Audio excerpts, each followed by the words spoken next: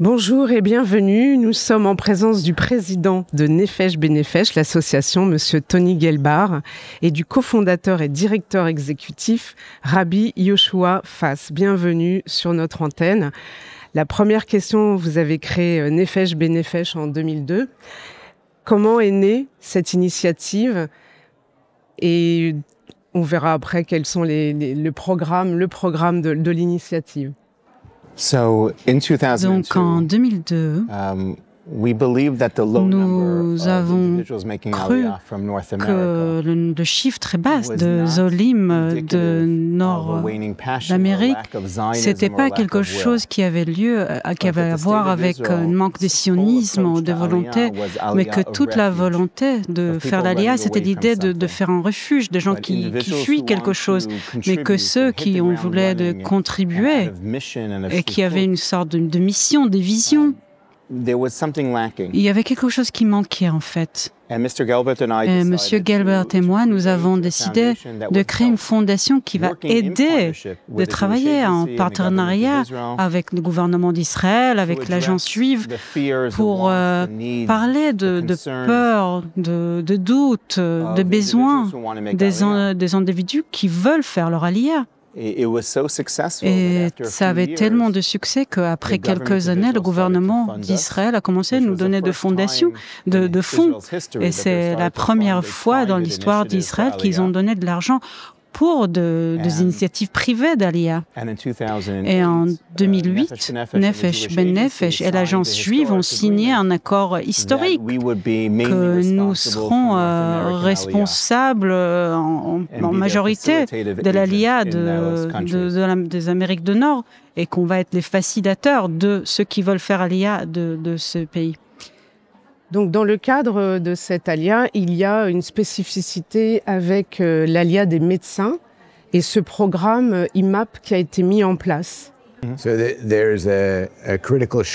y a une vraie pénurie de médecins en Israël aujourd'hui, pas juste dans le centre du pays, en Jérusalem ou à Tel Aviv, mais dans le nord, dans le sud du pays. Nous avons aidé de médecins à faire leur aliyah depuis des années, en vrai depuis 2002. Et depuis 2002, c'était notre première initiative. Et des années après, nous avons décidé de créer IMAP, le programme international pour aider les médecins et les professionnels de santé pour faire leur aliyah. Dans ce programme, il y a ce salon qui est le deuxième en France cette année. Le premier, comment s'est déjà passé le premier l'année dernière pour être motivé à revenir tous les ans? Oui. On a tellement aimé l'expérience. C'était la première fois que Nefesh Benefesh ont fait un événement en France et nous avons énormément appris. On a appris que... Et on peut voir ce qu'on a appris aujourd'hui. C'est remarquable de voir le niveau de professionnels. Il y en a 450 médecins qui sont inscrits pour aujourd'hui. La diversité de spécialisation et de différents métiers dans le champ médical. Et l'âge médian, 33 ans. Donc, il y a de nouveaux sangs. Ils ont toute leur vie, toute leur carrière devant eux. Et ils peuvent énormément contribuer à l'État d'Israël. Est-ce que c'est exactement la cible qu'ils cherchaient, c'est-à-dire des jeunes médecins qui viennent faire leur aliyah?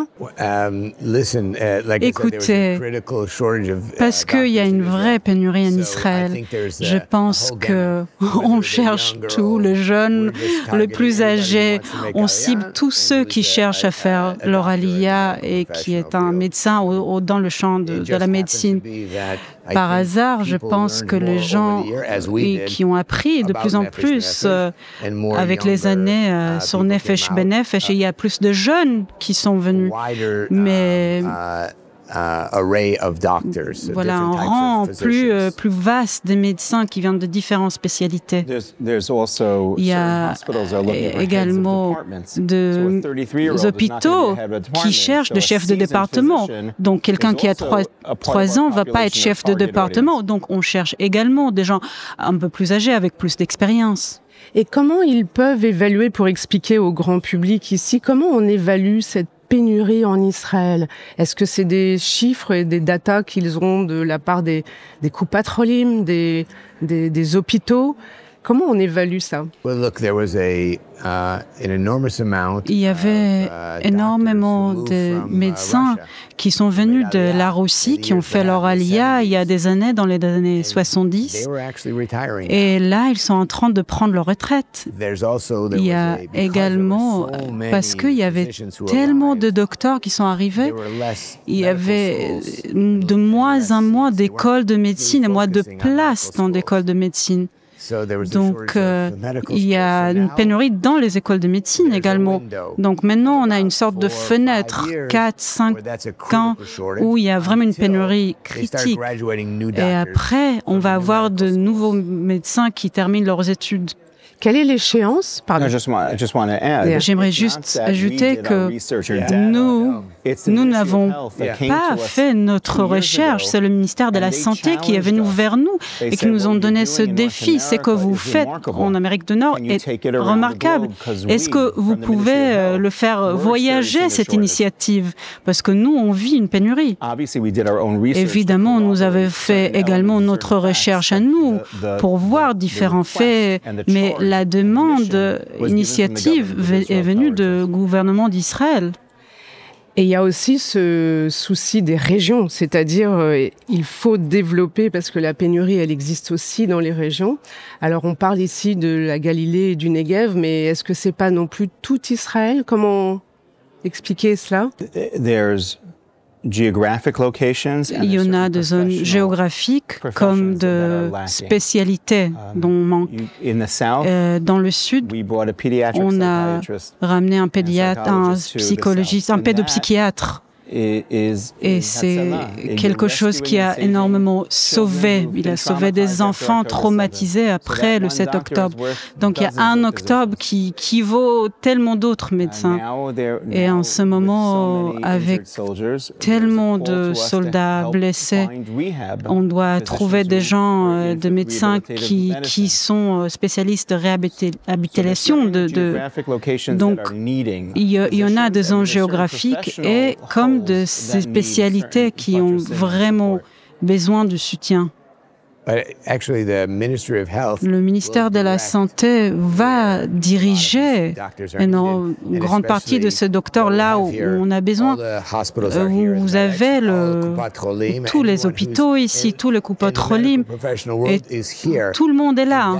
Et c'est pour cela que c'est tellement important, que c'est tellement bien que les médecins peuvent venir parce qu'ils peuvent rencontrer tout le monde et commencer leur processus pour les licences et trouver un travail. Énormément des hôpitaux nous appellent, nous, des semaines avant l'événement, et ils nous donnent une liste. Voilà, on a besoin de ce genre-là. Et nous, on fait une sorte de matching entre eux. Donc, ils viennent aussi. Donc, on a le gouvernement qui vient et qui dit, voilà, c'est dont on a besoin. Et les hôpitaux qui nous disent, voilà, les spécialités dont nous avons besoin. Nous avons besoin de remplir.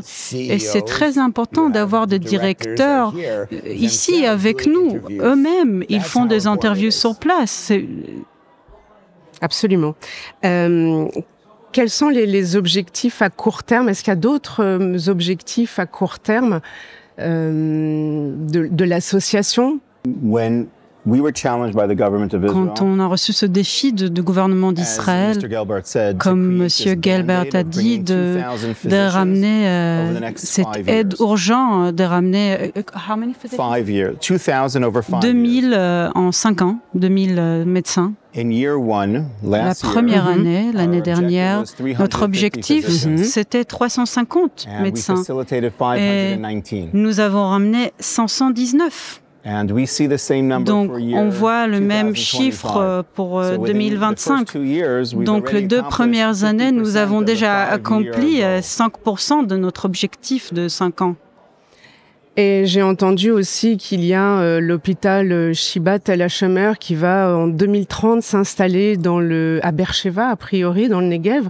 Donc ça veut dire que toutes ces nouvelles institutions qui se multiplient en Israël, c'est aussi beaucoup de de médecins à recruter dans les années à venir, encore plus. 1000%, ça est exactement le centre de résilience pour de post-traumatique et des cliniques partout dans le pays. Donc ce n'est pas juste des hôpitaux, c'est des petites poches d'aide médicale qui ont besoin d'être renforcées. Et donc, leurs différents partenaires, que ce soit le ministère de la Santé, de l'Intégration, ils sont en contact permanent parce qu'en fait, pour trouver 519 nouveaux médecins, j'imagine que c'est un parcours quotidien pour eux. Look, we do partner. Nous avons ces différents de partenariats comme le ministère de la Santé, le ministère de l'Intégration, le ministère de Negev et de la Galilée, et nous avons également CACAL, d'autres philanthropes. Nous avons énormément de partenaires, et pas juste parce qu'ils sont de partenaires, mais parce que chacun est important, et ensemble nous sommes un cercle. Et on peut vraiment faire quelque chose et rapidement et de façon professionnelle. Et comme je dis, en tant que businessman, on fait ça comme un business, mais avec énormément de cœur. Nous étions juste notre groupe avec tous nos différents partenaires et nous avons dit que nous avons parti vers cette mission il y a 1 an et demi. On a dit on met tous nos égos de côté. Chacun ramène ses points forts et ses points faibles et on travaille ensemble et on peut voir la synergie dehors. C'est pas juste 5 ou 6 différentes organisations. C'est un événement unifié par tous ces institutions. Absolument. Est-ce qu'il y a d'autres salons de MEDEX prévus en Europe ou aux États-Unis? L'année dernière, on était en France, en Argentine, à Londres, en Californie, en New Jersey. Cette année, après, nous allons revenir en Argentine, à Montréal, à Toronto, en Australie en novembre. Est-ce que c'est lié aussi aux chiffres de l'ALIA dans chaque pays, c'est-à-dire qu'ils accompagnent les chiffres des ALIA qui sont différents par rapport aux régions du monde? Oui, l'événement est évidemment proportionnel à la population. Quel message ils aimeraient faire passer aujourd'hui? C'est très simple. Si vous êtes un médecin et vous voulez faire de l'ALIA, nous sommes là pour vous aider. Avant votre ALIA, en même temps que vous faites votre ALIA et après. Et ça marche. And it works. Thank God. Okay. Thank you so much. Grâce à Dieu.